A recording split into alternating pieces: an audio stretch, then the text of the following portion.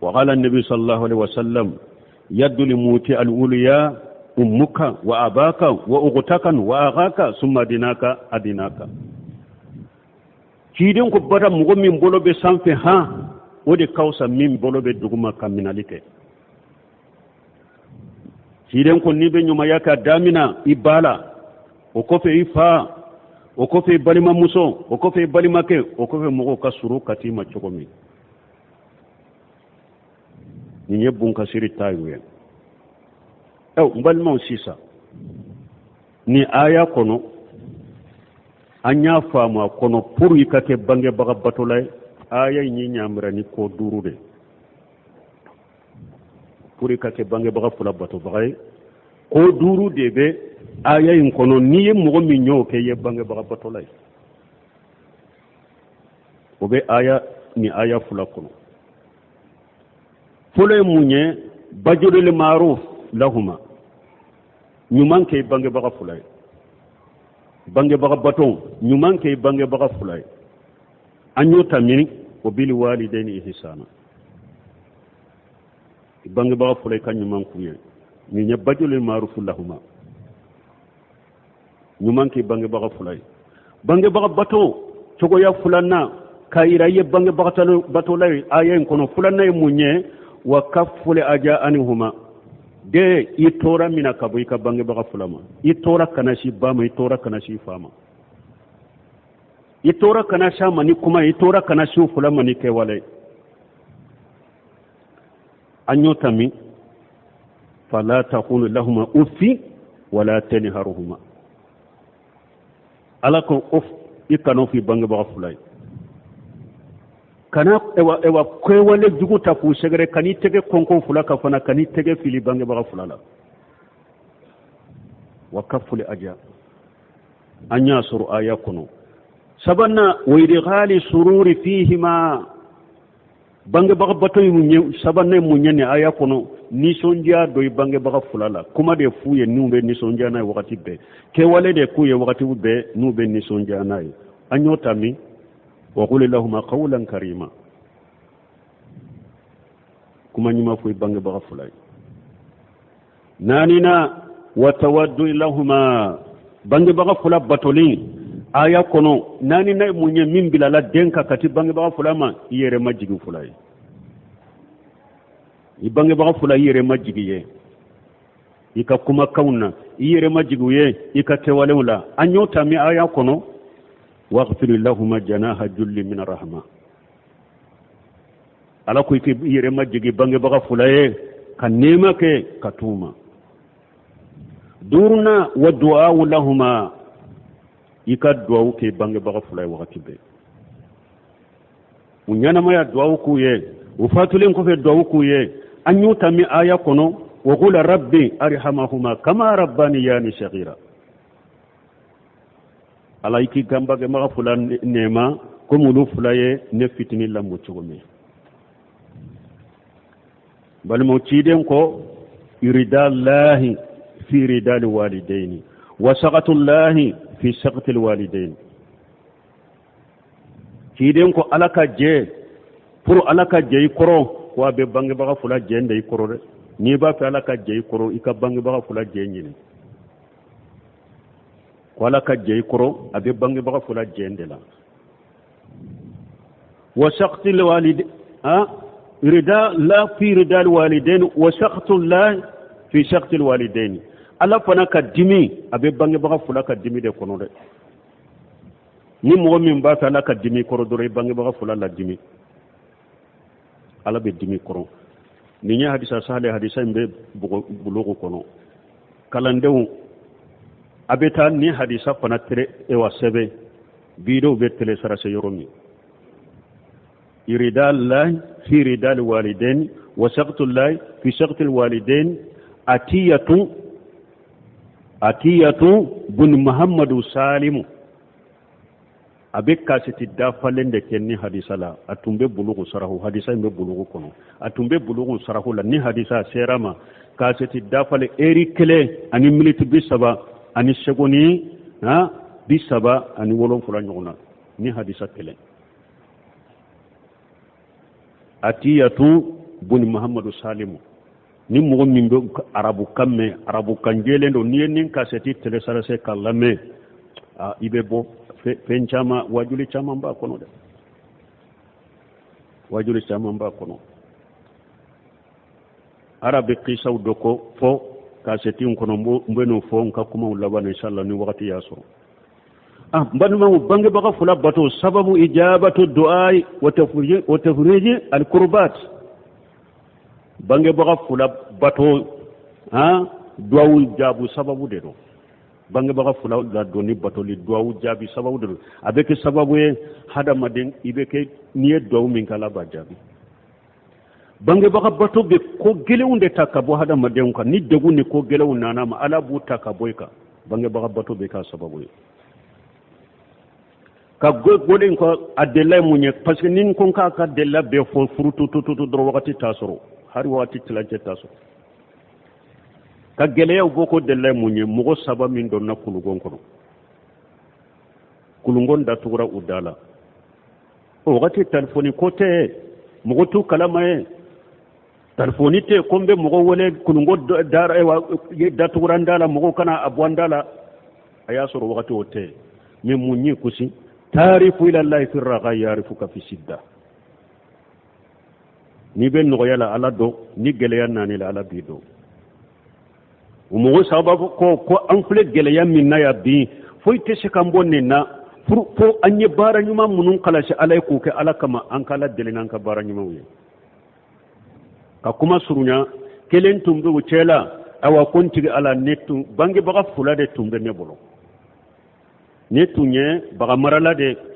ninyin ka bagaw ninyin bire o kan nono nyire ta min den ta min ka bange baga fulanye nin ka bange baga fulan mina de mba to din denuma dondo la nin ka bagaw tara binkene nyinina njanyana sowula mbena wakati mi nyasoro bange baga fula sinora nu kan nono mi nono nya bire wuye nana nyasoro fula sinora maso kunu maso fana nyere kan nono miunye maso ka dembaya kan nono minye ni shira ka do ukuna nono mina bientegala nimbi ukunu ni makono ndewu fana be kasi tensen korode ko kungo bulan kan nono de uluma maso ka dindewuma nshira mbange baga fula kunna fo fajiri kene chile mbange baga fula wulila uyu kan nono yimmi ntige ala ninyen ninke ede kama ambe komi nambwala balima to fulay utafo ka faraka ala yakulungo bowdala ubora ka fo bange baga bato dua abeke sabaki ka dua jabi weysal alqurani weysil qurani do ba fo weysil qarani meni atiya tuka kaseti lamale ba fo weysil qurani yey manin kado ciden ko umar ibn khattab ma ako sebo madondo la ko weysil qurani nani mo min benna wakatila ni yaye anyina fa ka do kiye mo do bange baka musoma de tumba bolo akera ka bange baka musoma la do magana awa abato bagay bange baka akera bange baka musoma bato bagay ka ta Allah do bagay bagi de tumba la abe bangi baga bato min ko sababu dare ala yake do jabi bagay ay ala deli ko ala ka bagi mbo alela ala ye bagi furake ka boala fo ewa darahime kele nda yuro hake akaman fulani nyogonche o tora la tamanche ni mo min na nyogon soro wakati la anyina fa ka do ki yeda ka do be jabi umaru hamina na ye kosobe depuis umaru make khalifa wakati be abe uwese nyinenka wakati be abe uwese nyinenka fo akele khalifa ye atara hijiro la wakati dola ube do ba fo alumura hiju kala munum bora yeymani abake fu nyinenka ko alebe cedo lo nyini wese alqurani abe ko be ce mi nyini ne be cedo do abe hiju kala munyame uge abe yamfe umaru ko tayiranna umaru tara tumame aye uyeshiye ako wese alqurani ma ako do kenye ako chogodi yebe do ke chogodi mu'minu nyemay min nana batola ne misigine to be do ke chogodi ne fanta ne misigine umaru ko irete wesila qaranu ya ko ako bange ba muso matunte boloba ekeri ka bange ba muso bato bagay ako bagi tunte edelawa abe furakela ko darahime kelen da yoro ale ikaman fulani nyogon ci ko awa ko do kenya shi den da ya funye ko ka do be jabe do kenya wesi ya amaku tew akoy tawmanse munu folude wesi ye do kai ako wesi may ba fe kata mi akonne ba fe kata iraqi fanfilala akon belle tri sebe ka diman ka gouverneur mimbe iraqi ni tareba dama koy kuntu fi qabra an-nas habbu ilayya nebe yoro ko fe mo ne kay ko fe mo la ode kan be ode fe nta fe kay nyefe mo la nta fe to ko kabo gongo be dam mo munun ka bada no be mo kore ne ba fe kay uludela kana letri dinema nton chokola umaru ya bila tara iraq har wona tabe umaru be se ka ewa ni iraq kan munun fana na umaru bu nyinen ka mo tado fo abena chedo ma aya nyinin ka weshila ka katta man shebe fo ja weshi tale iraq kedo ya mina kabira barala ka boche ka boyoro dola kata to yoro dola ayen weshi bla ubara de la basra atara hijiro la de umaru benna nyogona umaru ye weshi kam man kuto akun umaru may fule ka chemin fo kam man kuto fote ka ta man so fote ni nyenna ka barakela de umaru ko way haka ika eyen nimbila bara jumana ako bogoche ako way haka ako ni tara nyina sa aka duwa ki yede weshi ya kisha fo umaru ya kisha fo chenye cheyin tanya le iraqi depe anya dara weshi ka yoroma ko nimbara bila donc kenye weshi ko ni umaru de nyogo nyawa ako weshi ya mako weshi do kai me su kole weshi bora iraqi katana kunye kaboli mugunye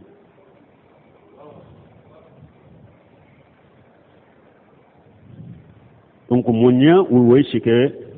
do jabi bagay ci den ko bange baga musoma de tumba bolo atumba bato nye qisa surunya yoro la ninde bange baga bato beke sababu ye ka hada maden ke do jabi bagay abe ko mini halala du beke sababu ye ka hada maden ke do jabi bagay ko be sadu ka qisa la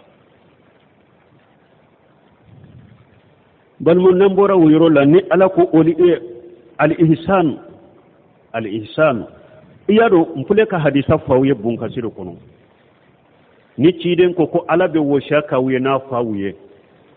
alabe wo shaka na bawye alabe wo shaka na bawye alaye wo shaka na bawye sinya sabatewa harita wure nana doko ciden ma ahsanun nas bi sahabati qala ummuka qala summa man qala ummuka qala summa man qala ummuka qala summa man qala abaka dona na cide ma ko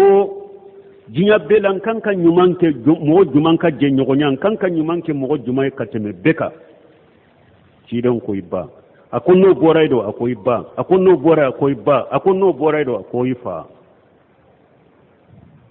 bonni hadisala doni ke bagaw do tara ko ba de kala donini ba de kabbato libe faanye togo bela bange baga fula be batolu ye wajibi kade me chogo bela ko bade be fane utara nini hadisa menye atibuna atiyatu bun salim bun muhammad salim ka kaseti min funi tara ulame akodoni ke bawo do tara nini isra ko mella akon nyuma ya yoro hinna yoro bange baga be fane munna ala ye bange baga tafo musoma tafo bange baga musoma tafo sabaka fa tafo parce que fa ni donc abe nyedaw de ko fala fanga be fala sebe faye na be se ka fa bo de nyana ite se ka kuma do fo ale yo ite se ka ke wale do ko ale lawo ale be se ka ayere defa, me bade la fulendo te sola bare la fulenda te sola ni fen ko ni denye fen ke bala fo na tara sigi ka kasi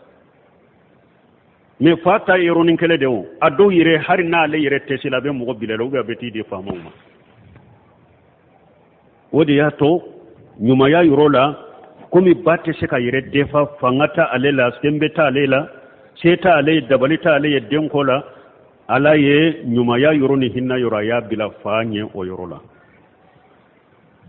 parce que sebe fayet fa be se ka atajuru saraila ite se ka nyado de ko ola ni nyuma ya yoro misali la sisa ni eye sesoro e ba fe kata hiji ne ibange baka fula dola kele shewa o fana ewa passe bi bolo o fana dépasser bi bolo ka fari reka kata hijiro la me o fula be dépasser ti bolo ni yoro la ambe mu bange baka musoma de bila fani nyuma ya ro no hinna yoro bange baka musoma be fani ina ale beta men ni komi nana sisa diyan ko de la ube komi ne haklina ko de atiya tu buni salimu ko faade ka haklina be bila bata nya o yoro la masala ako bako nde ninke fako kanake eska amba ko ewa bade be fanye ba bata ke ka fata bila la ako nyamar kanyoro la fata be fanye ni bako ninke fako ikana ninke kanake parce que nun ko sugu akeli na ke baliya masalha min bala tora min ba fa na bo nyedo katene baka fa na bo nyedo katene baka ube mogo fula bilala nyogon na a den nana ako karasane karasabe nyogon na de ne ba fe kinda do ka koina pour fitina min bi nyogon che akaba ba ko ikani shenda la de kana do fitina la de ikani shendo la de fa ko nde do ala akwambe jon tata ya fata parce que nin ko sugo fa bu nya do kateme baka ko min ya hakilina ko de al aql muqaddam wala li hatifatu akum min ye hinna yoro ni noya yoro akwambe hakili de bila onye dombe bani fa dombe hinna denna kateme jonka ba janko dem musuma ne munya ala ye woliji ya minala ka di fama dem muso ka furukan kola munya woliji ya minala bala ka di fama hakili yoro hakili min be fa fanala nin ko sugula wote bala donc nin ka famu nyuma ya yoro hinna yoro babe fanye ne minye jinya ko yoro de ube ko minye hakirina ko de nyamari kaw tora nyeno ni hera samalinu na nyogona ko fa de be banye o yoro la ambe fata bila bata nye o yoro la